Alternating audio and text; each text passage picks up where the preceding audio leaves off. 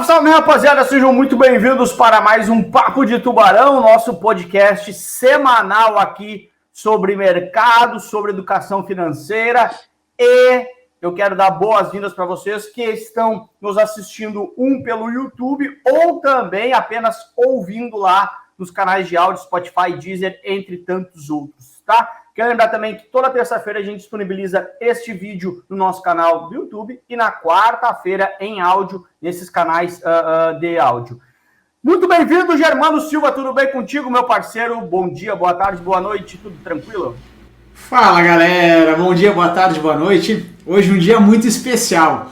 A gente vai debater um tema que eu tenho um apreço muito grande, que é o tema de comportamento, como é que essa nossa cabecinha aqui funciona pensando em dinheiro. Será que a gente é 100% racional nas decisões? E não teria ninguém melhor para trazer, para debater esse tema, que o meu amigo, professor, escritor, dá para ficar 30 minutos apresentando o homem aqui, professor Martim Iglesias. Boa noite, seja bem-vindo, professor. Deixa eu só interromper aqui, desculpa, Martim, deixa eu dar a descrição completa que eu me preparei para isso. É grande.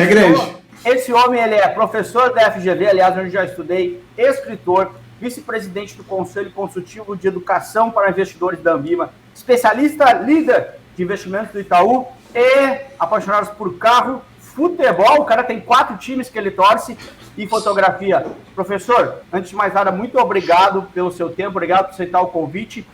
É tudo isso aí, eu tenho mais coisas ainda por trás do Martim. Seja bem-vindo, professor. Eu faço drinks bem, tá? Minha caipirinha é boa, tá?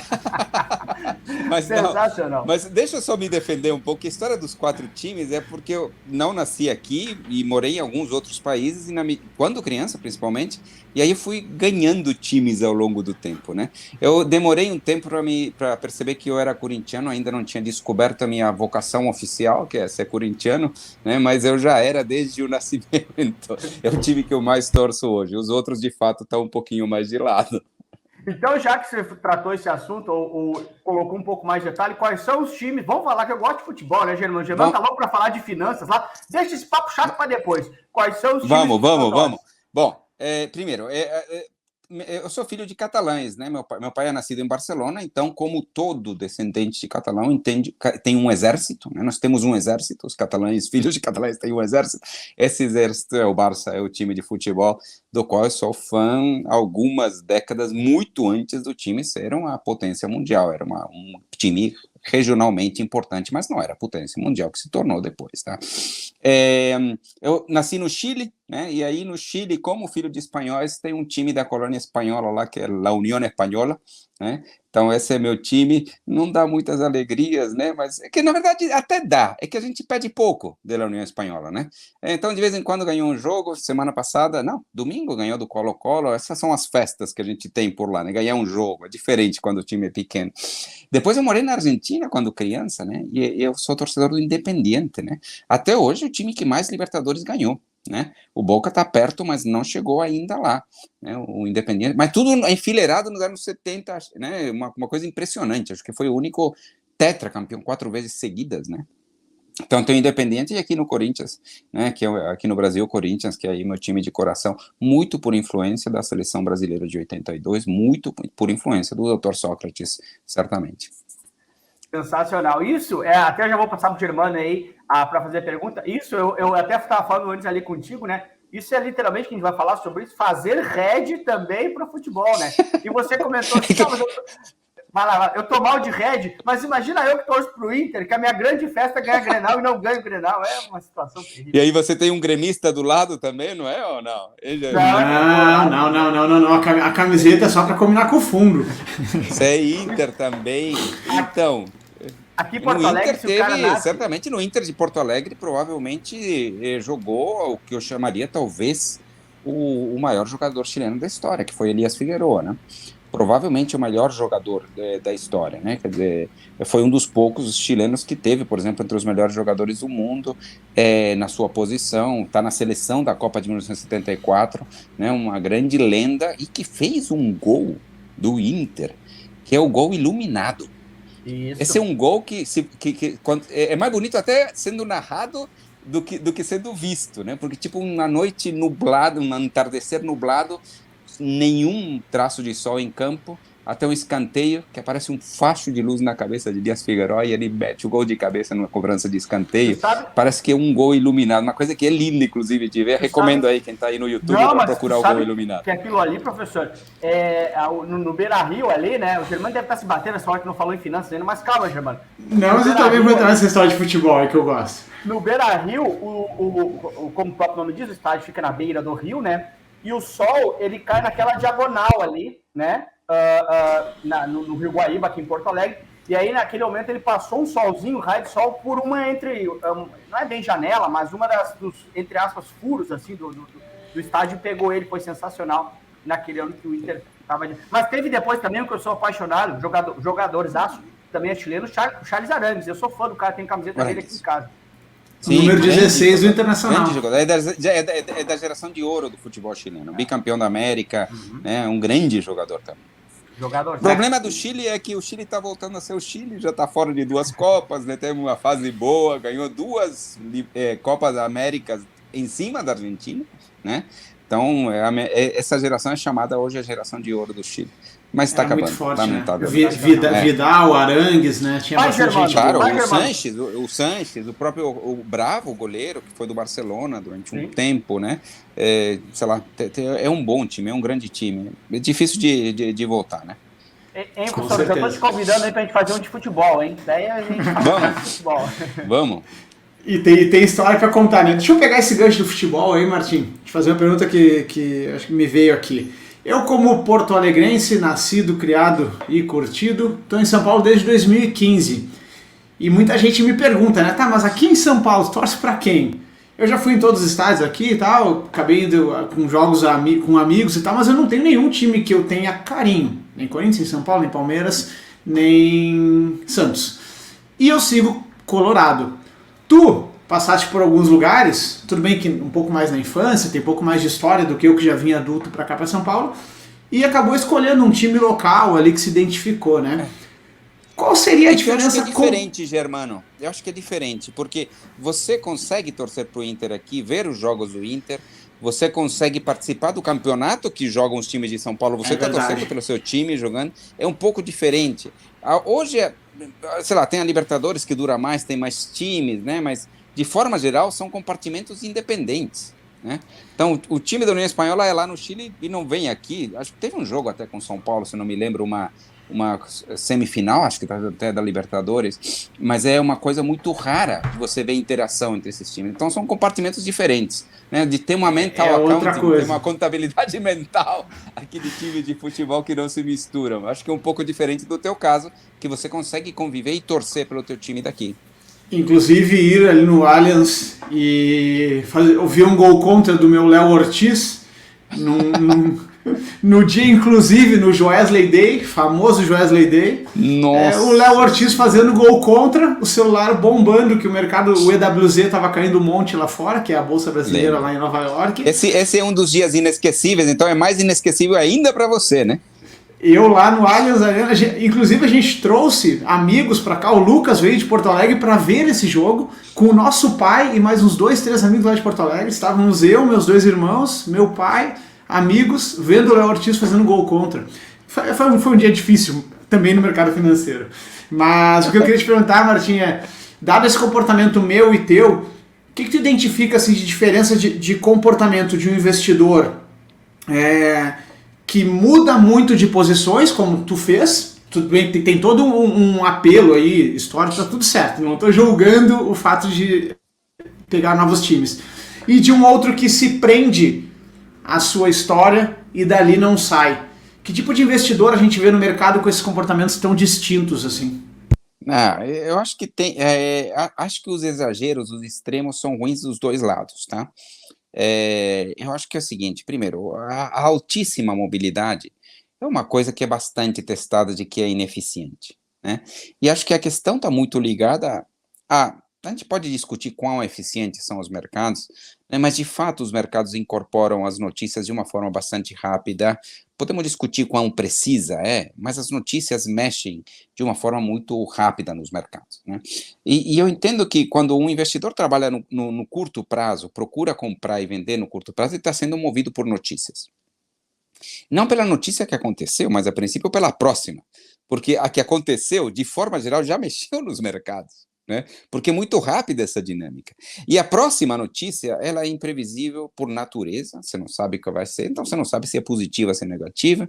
Estatisticamente, podemos até dizer que é 50% de chance de ser positiva e ser negativa. Então, quem olha no curto prazo, de fato, acaba sendo um refém da aleatoriedade.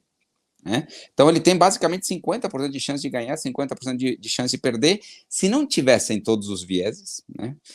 Que tem aí, tem a ganância, tem o pânico, tem o medo, tem os erros de avaliação, né? Então o investidor que olha no curto prazo, e aí tem uma questão de miopia, que acho que é um fenômeno extremamente importante, esse sim pode ser considerado um viés. Quem olha no curto prazo, ele está batalhando, está disputando uma batalha desfavorável, né? Ele não será ganhador no longo prazo. Portanto, não é uma boa estratégia. Uma boa estratégia, para mim, é medida pela capacidade que ela tem de se sustentar no longo prazo, né? E é muito difícil encontrar grandes ganhadores que tradam no curto prazo. Essa é a minha visão, pelo menos é a minha filosofia de investimento, né? Então, ao ser refém da miopia, o sujeito acaba ficando refém da aleatoriedade, né? Já quem tem uma visão um pouco mais de longo prazo, no meu entender, tem uma vantagem, que é que os ativos que têm risco, eles têm prêmios pelo risco. Esse risco aparece no longo prazo, né? Ativos que têm risco vão ser precificados de forma que esse risco seja entregue no longo prazo. E isso não é por um dogma, né, que a gente fala que mais risco, mais retorno, isso não é dogmático. Isso é uma dinâmica de equilíbrio de mercado, né? Porque se dois ativos rendem o mesmo e um tem risco e o outro não tem risco, aquele que tem risco vai ser preterido, ou seja, as pessoas não vão querer, vão vender, vão comprar o outro, e na hora em que compram um, vendem o outro, este que tem risco fica descontado e vai gerar retornos superiores no futuro. Então, essa questão da crença do risco-retorno não é uma crença, não é um amém, né? É, na verdade, uma dinâmica pura de equilíbrio de mercado, né? Então, quando a gente investe olhando no longo prazo, a gente se apropria desses ganhos de longo prazo. Portanto, é uma batalha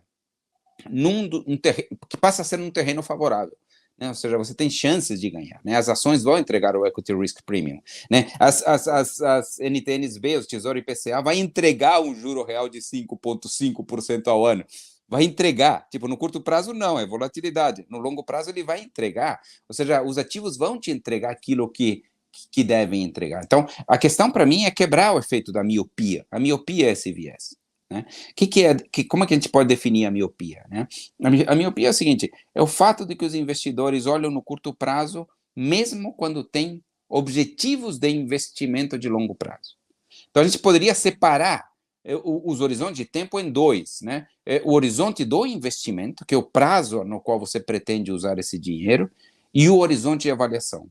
Quando essas duas coisas destoam muito, há um problema aqui, né? Porque, né, então, se você toma riscos suficientes para um horizonte longo, mas avalia no curto prazo, você vai sofrer do fenômeno da aversão à perda, né? Porque com grande frequência, aqueles investimentos vão apresentar rentabilidade negativa. E essa rentabilidade negativa pesa o dobro, segundo o nosso amigo Kahneman, 2,25. Então, você vai sofrer demais, né? Então, essa é a dinâmica que está muito bem escrita no artigo de 1995 de Richard Thaler e de Shlomo Bernatzi, né, que se chama Myopic Loss Aversion and the Equity Premium Puzzle, né, que ele descreve esse fenômeno que é extremamente frequente para o mercado americano, e se é para dizer alguma coisa, eu acho que aqui a gente é mais míope, inclusive, do que o investidor americano, né? Então, acho que é por aí. Acho que a questão da miopia encaixa um pouquinho no meio dessa conversa que a gente está falando aqui de times de futebol. Você sabe que, professor, eu anotei aqui, né, até para te explicar uma situação, porque eu acho que é uma tremenda falta de respeito. Sempre que eu tiver de cabeça baixa, que eu estou escrevendo muita coisa aqui, tá? Porque eu sou do tempo, né? Então, o senhor me vê aí de cabeça baixa, que eu estou anotando algumas coisas para não ficar te interrompendo toda hora. Tá bom. Mas é o que eu estou aprendendo aqui. Mas sabe o que eu notei? Eu estou na mesma aqui, ó, caderninho neles. Porque senão o cara tá falando lá e me olha de cabeça baixa e diz, pô, o Lucas não está prestando atenção não. Diz, pô, pelo contrário, prestando muita atenção, mas não quero te interromper. Sabe o que eu notei aqui?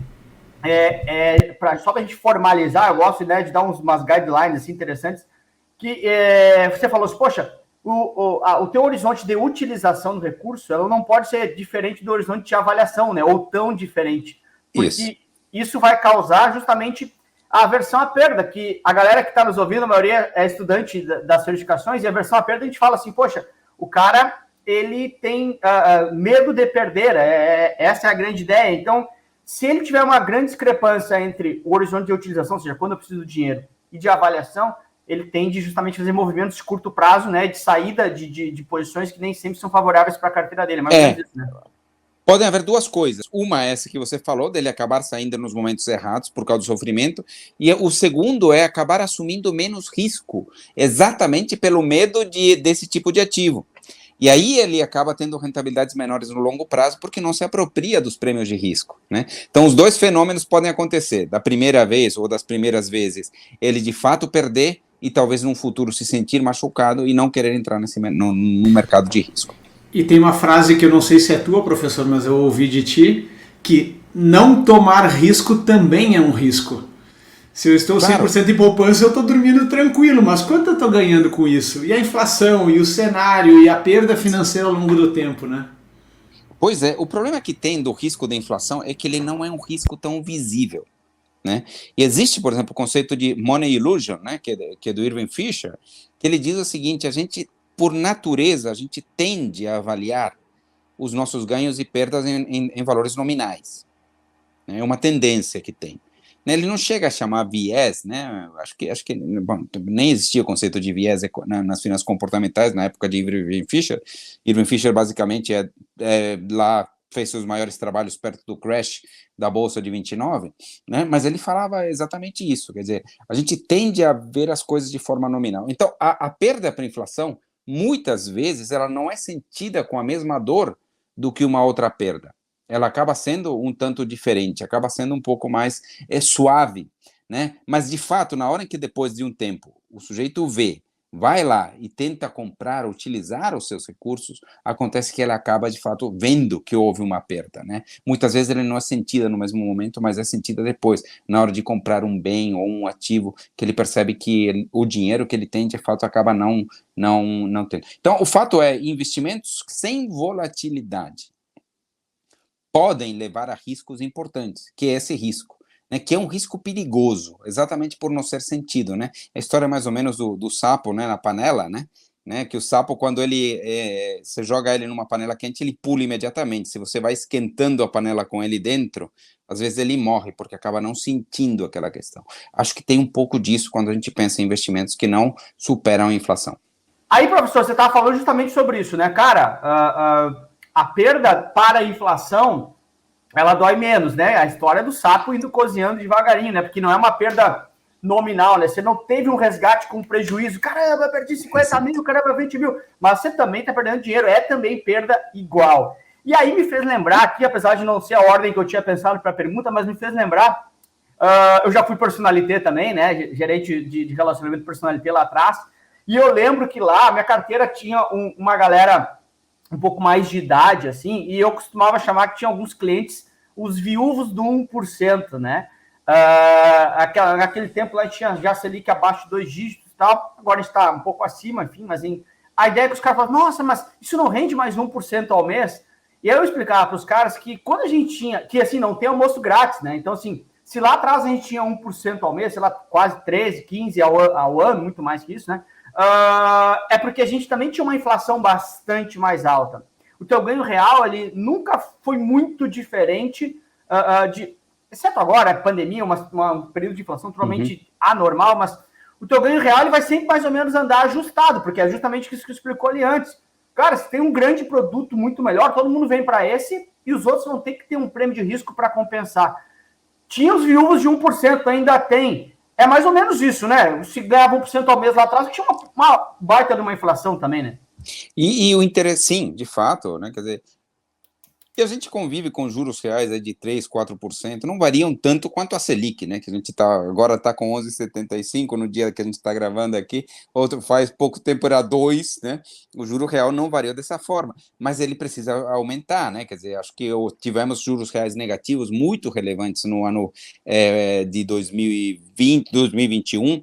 Acho que a questão era necessária, era fundamental, era importante para ativar a economia, sem dúvida, não podemos dizer isso, mas criou um ciclo inflacionário aqui no Brasil, no mundo inteiro, não é só um fenômeno brasileiro, mas no Brasil foi alimentado por esse diferencial entre os juros e a inflação, que gerou juros reais negativos, né? E hoje nós precisamos, no momento atual, trabalhar com juros reais positivos, e o Banco Central está tentando acertar esses juros reais positivos para conter um pouco a demanda e evitar uma propagação desse choque de preços externos. Agora, voltando um pouquinho a esse ponto do 1%, de fato, isso pode se tornar uma âncora, uma referência, ou um ponto de referência a partir do qual muitos investidores mediam ganhos ou perdas também, né? Quando Kahneman define a aversão a perdas, ele é muito claro, ele diz: esses ganhos ou perdas são medidos a partir de um ponto de referência, né? E ele não detalha muito esse ponto de referência, porque ele é um pouco variável,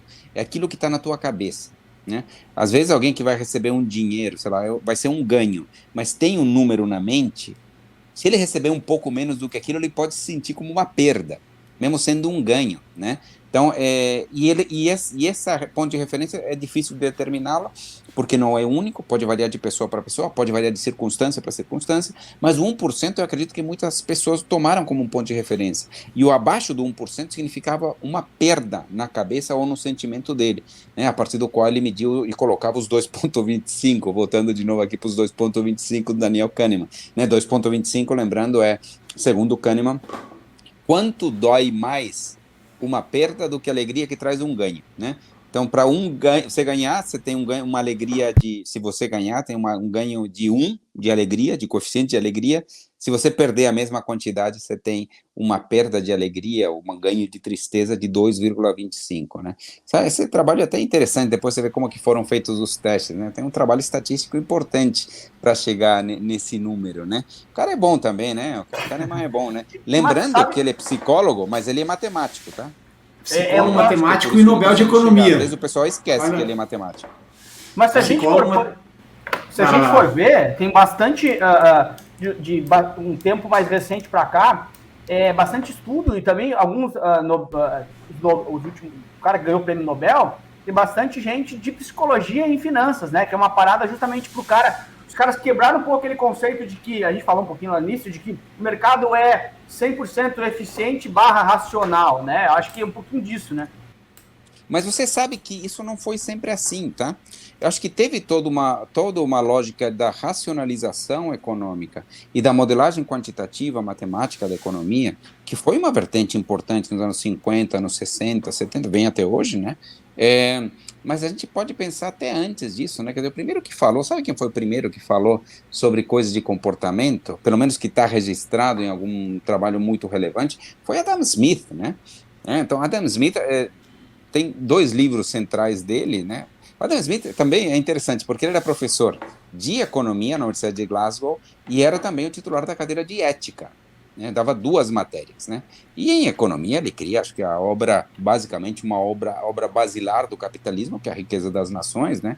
Mas ele cria um texto muito interessante, que era até mais utilizado na cadeira de ética que ele dava, que é a teoria dos sentimentos morais. Né, esse livro, Teoria dos Sentimentos Morais.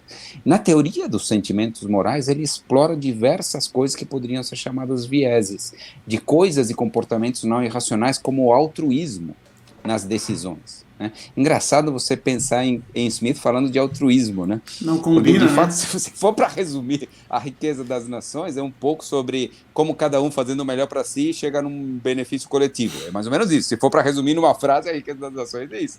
Né? E aí, ele, na teoria dos sentimentos morais, ele fala muito sobre altruísmo. É bem interessante até.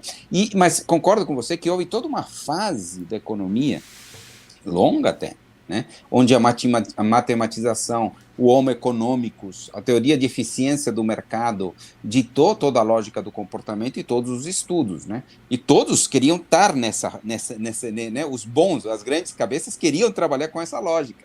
Eles queriam pesquisar e entender, e por isso que você teve uma safra de coisas, e que eu não culpo também, porque gerou grandes avanços, tá? Gerou muitos avanços, muitas conclusões importantes, mas obviamente não são conclusões absolutas e definitivas.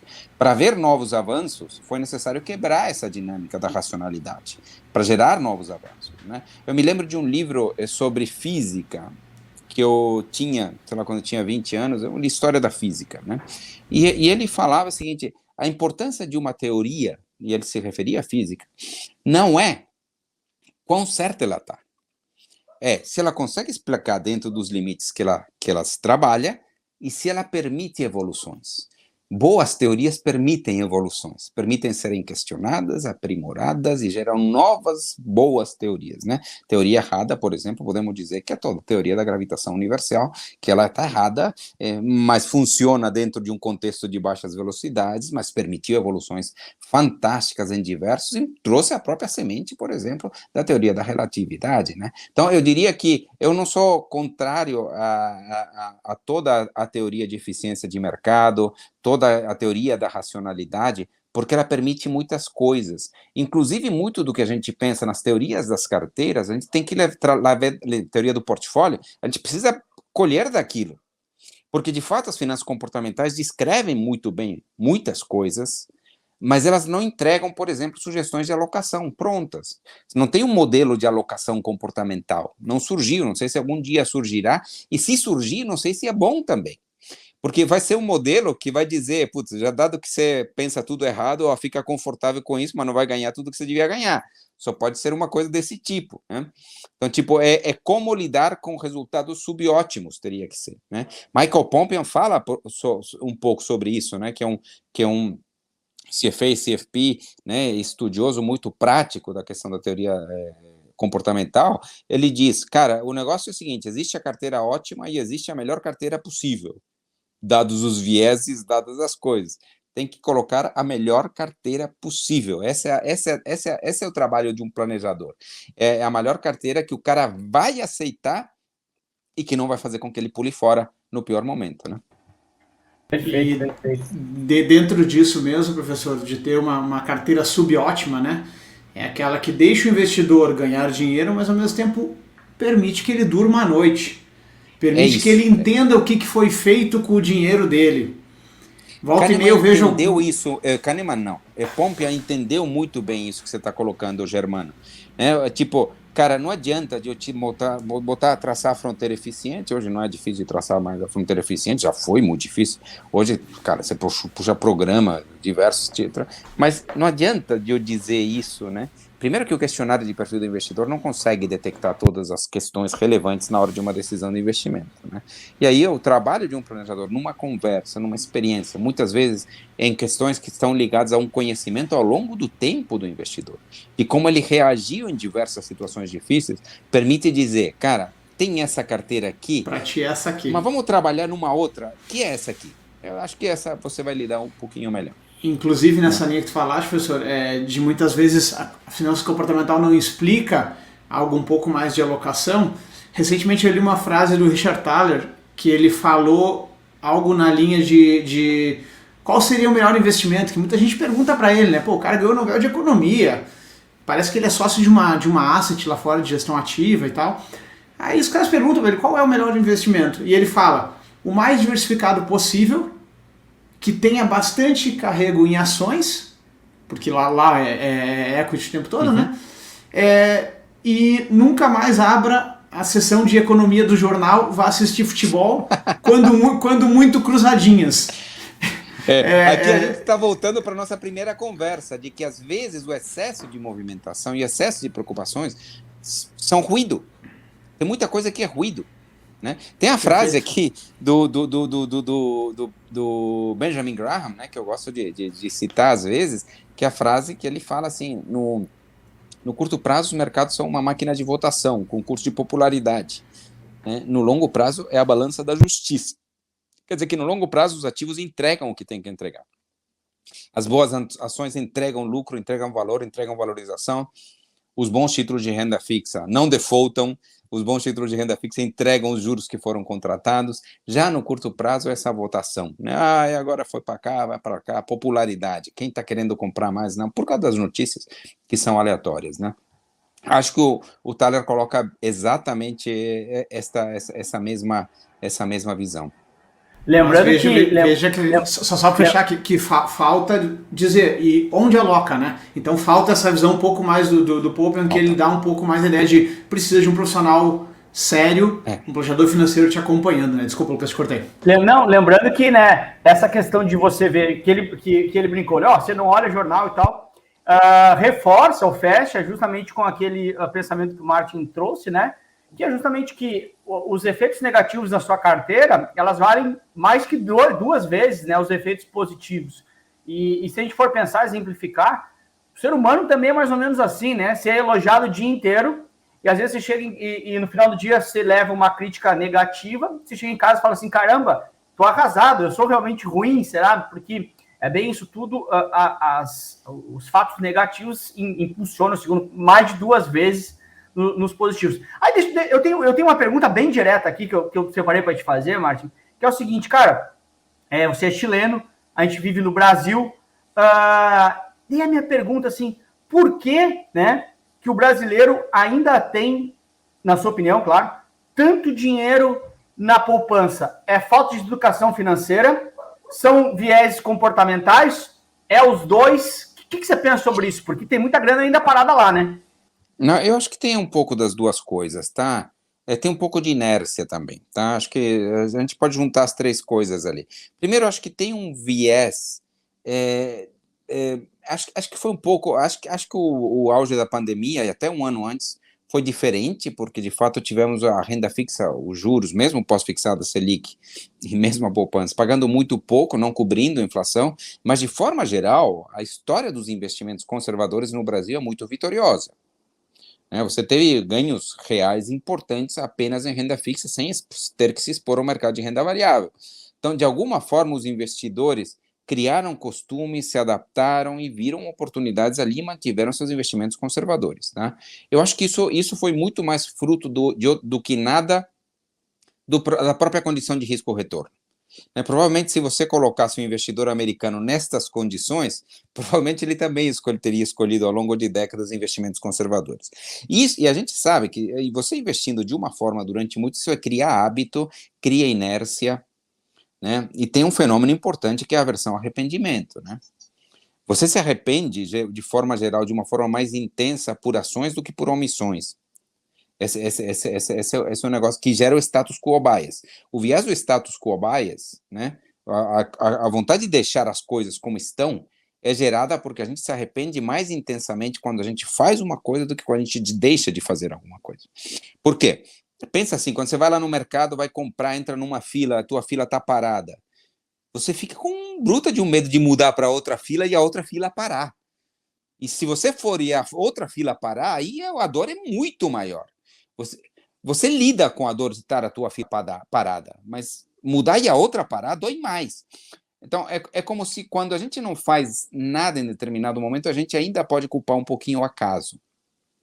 Então, o cara tem um pouco de medo, às vezes, de entrar num ativo de risco, por se esse ativo de risco vai se desvalorizar, ele vai perder e ele não vai ter outra pessoa para culpar, provavelmente, do que ele, né? Então, tem algo de costume e de inércia, tem algo de, podemos chamar de conservadorismo, mas não por ser conservador, mas é porque os investimentos conservadores sempre pagaram muito bem, né? E acho que tem algo de falta de educação, e atribuo a questão da falta de educação a falta de percepção de que há ativos com a mesma relação de risco-retorno, melhor dizendo, com o mesmo nível de risco que tem retornos muito melhores. Né? Acho que essa é a parte da educação, a ficha que caiu. Né? Tem inércia, tem a questão de não querer mexer naquilo que tem, que é um pouco via de status quo, né? E tem algo de tradição. Né? Então, acho que tem vários componentes que fazem isso. Tá? Então, e de fato, é algo que está meio arraigado. Acho que tem uma questão de percepção de simplicidade, tá? mas que eu não concordo tanto. Bom, sei lá, um fundo DI, obviamente, ele é um fundo pós-fixado, você não sabe quanto vai ganhar no próximo mês, mas você tem uma boa estimativa mesmo do próximo mês, até boa estimativa dos próximos meses. A poupança, você sabe bem o próximo mês, ele é pré-definido. Talvez isso traga algum conforto para alguém, né, porque ele tem uma taxa pré-fixada para os próximos aniversários, né, até o próximo aniversário. Talvez isso traga algum conforto. Mas é difícil, a gente precisa de bastante coisa para explicar essa superalocação em poupança do investidor brasileiro. Mas acho que é por aí, mais ou menos. Você sabe que é uma questão curiosa, né? Eu e o Germano, nós somos ambos planejadores financeiros, né? E eu e o Germano e mais um irmão nosso que não tem nada a ver com... Somos três aí, é? Três agora. Mas o que eu queria explicar é porque na nossa família são três homens, né? Três irmãos. Eu, o Germano e o Cristiano, que trabalha com engenheiro civil. Então não é do mercado. Mas os nossos pais, né? A minha mãe, especificamente, em um determinado momento, tinha algum recurso em poupança, né? Estava lá investido em poupança. E aí, assim, sentava eu e o Germano, dois planejadores financeiros. Mãe, vamos ter uma conversa? Rapaz do céu, a gente não conseguiu até hoje tirar o dinheiro dela de poupança. Talvez se você fosse lá falar com ela, talvez você conseguisse. Mas eu e o Germano, dois planejadores que a gente conhece toda a história da investidora, Dona Maria, né? Não era muito dinheiro, bem pouquinho. Mas, rapaz, não conseguimos tirar de jeito nenhum. Aí eu não sei também se teria que ter um novo viés chamado Família Santo de Casa Não Faz Milagre, né? Que é um bom viés também, talvez, para... Esse é um bom viés mesmo, né? Mas não conseguimos de jeito nenhum, né, Germano? E aproveitando esse viés de Santo de Casa Não Faz Milagre, Martim, deixa eu tocar numa ferida possível aqui. Afinal de contas, muitos dos nossos alunos nos ouvem aqui. Existe viés comportamental do lado de cá do balcão? O profissional tem viés? E como é que se trabalha esse viés de um profissional aí na hora de alocar uma carteira?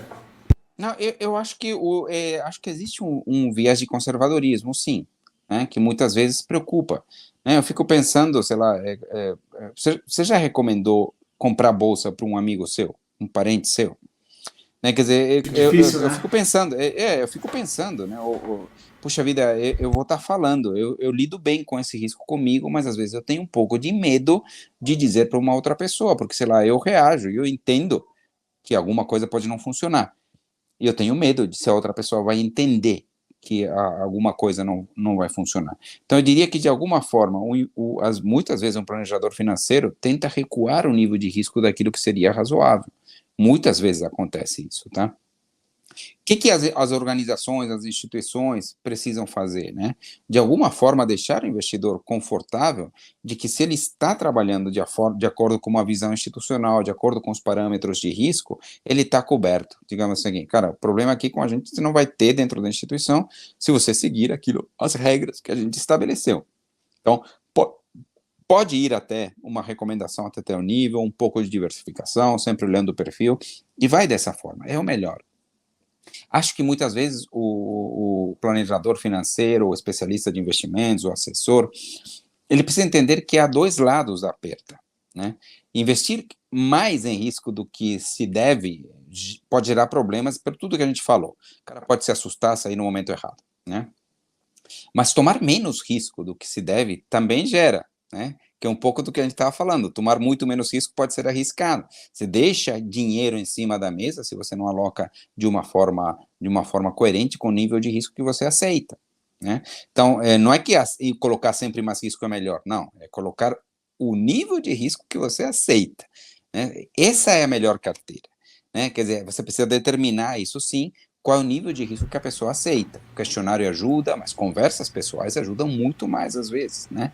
O questionário tem um problema na sua essência, que ele, obviamente, ele ajuda, não dá para dizer que ele seja questionário que eu estou falando de perfil de risco, né? Ele ajuda, mas tem um problema na sua essência, na sua alma. Que o problema é o seguinte: as perguntas são respondidas com o córtex pré-frontal, com o lado racional do cérebro, e as perdas são sentidas no sistema límbico, no cérebro reptiliano até, né? Quer dizer, ou seja, não é, quando ele não responde com a parte que é ativada na hora em que ocorrem as perdas, né? É como se você pergunta para alguém como é que você reage se alguém te assalta com um revólver. Tipo, a pessoa vai responder, não, eu vou entregar, vou manter a calma, mas tá cheio de sujeito que não, porque você não sabe a resposta. Quem vai tomar conta é o teu cérebro impulsivo, né? Então, você não sabe. E, às vezes, esse é um problema que tem. Por isso que eu gosto de várias perguntas no questionário que sejam um pouco mais concretas do que como você se sente. Então, coisas sobre horizontes de investimento que nós falamos, né?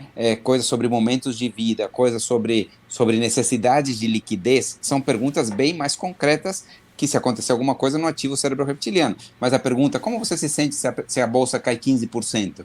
É uma pergunta difícil. Você vai achar uma resposta, mas é muito provável, a não ser por coincidência, de que não seja como você vai se sentir se a bolsa caiu 15%. Sensacional, sensacional. Germano, quer ir daí? Tem mais alguma aí? Que eu tenho mais algumas aqui, mas também a gente já está com o nosso tempo. Parece que faz 2 minutos que a gente começou a conversar, mas quando o papo é bom, ele vai assim, né, Germano? Quer Podemos marcar outro também depois, viu? Não, dá para fazer um. Por mim, por já está marcado já. Inclusive, mas só para fechar aqui, que de forma empírica, né, Martim, ali, eu também nos meus vieses de experiência, naturalmente, eu vi assim, alguns especialistas um pouco mais tendendo ao que se sentia mais seguro, justamente o que tu falaste, né? Um especialista que veio de uma história de contato muito próximo com a bolsa, colocava um pouquinho mais de bolsa na carteira, para o cliente que servia, óbvio, né? Mas o outro cliente que tinha, o outro especialista que tinha um pouco mais de histórico positivo com NTNB, ele ia um pouquinho mais para NTNB, por exemplo, na carteira dele. Era legal de ver isso de forma empírica, né? Então por isso que eu te provoquei dos vieses do agente, né? Dos vieses do especialista. E é interessante de ver como muda não só o nível de risco, mas às vezes o produto que se sente confortável, né? Esse aqui eu gosto, minha mãe ganhou dinheiro e eu ganhei dinheiro, então eu vou com ele. Até para explicar, né? Até para conseguir ficar à vontade para dizer assim, poxa, isso aqui funciona, querendo ou não. E isso está em tudo, né, Germano? Porque se você vai lá para qualquer compra que você vai fazer, quem vai te atender, quem vai te assessorar, é uma pessoa do outro lado também. Então tem todo o histórico de vida do cara, histórico de acertos e erros dele. Então, naturalmente, e isso em finanças não é diferente, né? Não é para a gente pode dizer que o cara vai ser neutro aqui, porque é uma mentira. Até porque, às vezes, as coisas doem, né, Martim? Deixa eu fazer uma fofoca para ti aqui. Lá atrás, um dia eu indiquei uma ação pro Germano. O Germano até hoje joga na minha cara que ele perdeu dinheiro, né? Ele não vê o quanto ele aprendeu com aquilo, né? Mas perdi. Assim, o mundo é ingrato, Martim. Ele era mesa de ações no Santander. Eu lá com meu rico dinheirinho do primeiro emprego, comprei Vale no topo histórico, professor. A Vale só caiu depois daquilo. Mas, Martim, depois daquilo só vale, né? Mas tu não mais topo, né? Ele aí, não pegou o principal ensinamento, que no longo prazo o risco se paga. Tem que esperar mais, Martim. Na guerra agora... Aí eu acho que tem eu não sei, eu quero batizar isso, estou achando que pode ser diversificação de momento, pode ser um bom nome, que é o seguinte... Acho que um risco que permanece, que é mais difícil de ser eliminado, é o risco germano, olha lá, o risco germânico, que é o risco de entrar no topo e demorar muito para voltar, né? E ele se reduz de uma forma muito simples, né? Espalhando compras ao longo do tempo, né? Se germano tivesse espalhado as compras ao longo do tempo, com certeza um risco é eliminado totalmente, que é o risco de comprar tudo no topo. Esse risco é eliminado. Se tem 4 pontos, não tem 4 topos, né? A não ser que eu faça um zigue-zague, joga exatamente formando 4 topos, que acho que é meio impossível. Então, esse faz parte de uma diversificação também, entrar aos poucos em ativos de risco.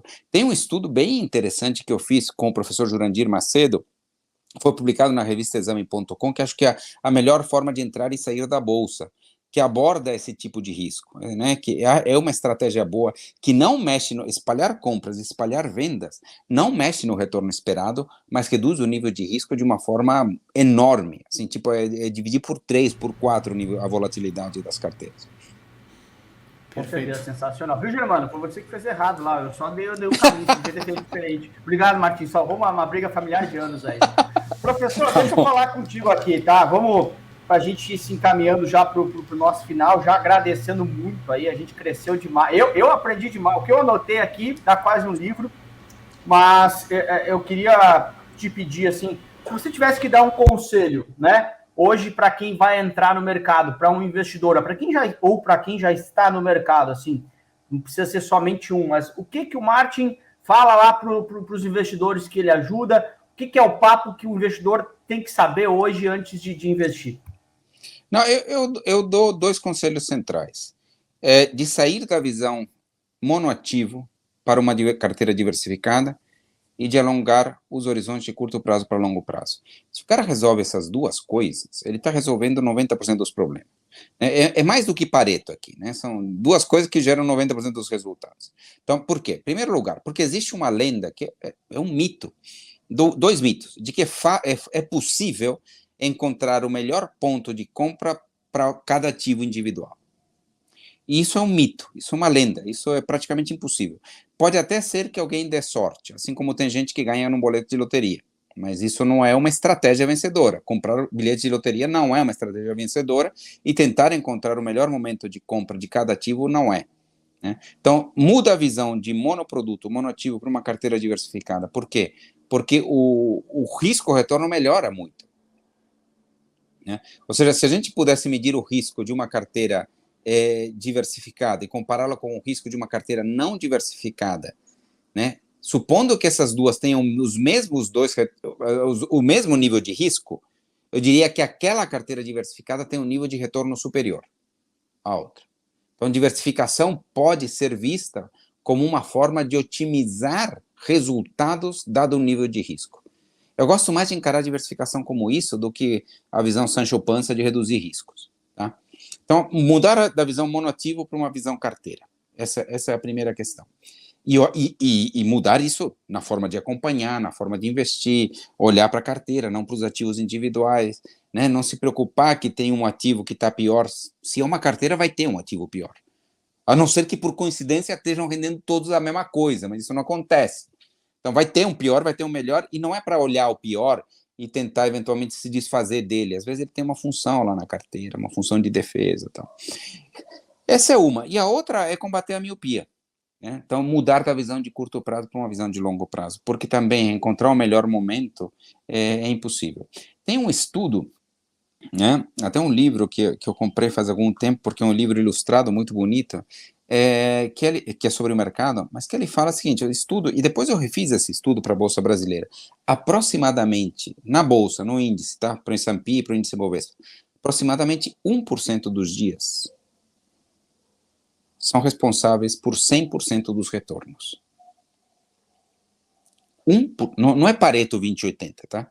1% dos dias são responsáveis por 100% dos retornos. Quem entra e sai tem uma grande chance de não estar presente nesse 1% dos dias.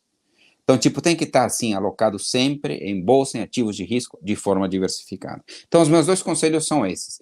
Mudar da visão monoproduto para uma visão carteira e alongar os seus horizontes de avaliação. Com essas duas coisas, resolve muitos dos problemas do investidor. Sensacional. Cara, assim, professor, vou repetir, tá? Você é repetitivo aí, mas parece que passou 5 minutos, né? Deve ser uma coisa sensacional tomar uma cerveja contigo num bar. Aí eu vou ter que fazer essa um dia aí. Mas tem gin também, né, Germano? Gin, a gente gosta um pouquinho, né, professor? Já tomamos alguns por aí. É verdade. Meu Deus do céu. Gente, a gente passou por futebol, passou por literatura, passamos por mercado financeiro, logicamente. Eu aprendi demais aqui. Queria agradecer mais uma vez aí o teu tempo, o ensinamento. Professor, quer deixar teu Instagram para a galera seguir aí? Que eu já estou seguindo lá e tem muito conteúdo bacana. Eu já stalkei tudo lá. Não, legal. Meu Instagram é @ né, Martim Casals Iglesias. Esse Casals é como se fosse um casal com um S depois. Então, Martim Casals Iglesias. Segue lá, de fato, estou produzindo cada vez um pouco mais de conteúdo. Show de bola. Parabéns até pelo conteúdo, super bacana. Eu e o Germano, assim que sair também, a gente vai te marcar ali, então vai ser bem fácil de achar o teu arroba aí. Professor, muito obrigado mais uma vez, obrigado por fazer parte desse nosso projeto. Eu gostei demais e boa sorte na sua vida aí, exceto para o Corinthians. Corinthians é adversário direto do Inter. No Barcelona, lá União, pro Independiente, essa galera pode ir bem. Corinthians um pouquinho menos, é que vai me prejudica aqui. Professor, muito obrigado e até a próxima. Obrigado. Quero lembrar para a galera que a gente está no YouTube em vídeo, para quem quer assistir, e também nas plataformas de áudio, Spotify, Deezer, etc., em áudio para você ouvir. Galera, muito obrigado. Até a próxima. Tchau. Obrigado. Valeu, galera. Valeu.